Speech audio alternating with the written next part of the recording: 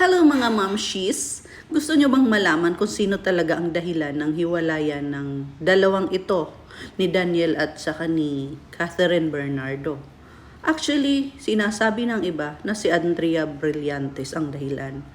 Pero sa totoo lang, may isa pa eh. Ito yun oh. Ayan, yung babae na yan.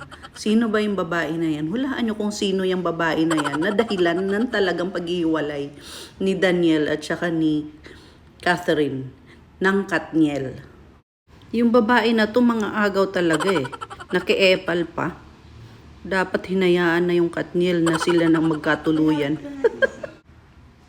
Hello mga mamshis! Gusto nyo bang malaman kung sino talaga ang dahilan ng hiwalayan ng dalawang ito, ni Daniel at saka ni Catherine Bernardo? Actually, sinasabi ng iba na si Andrea Brillantes ang dahilan. Pero sa totoo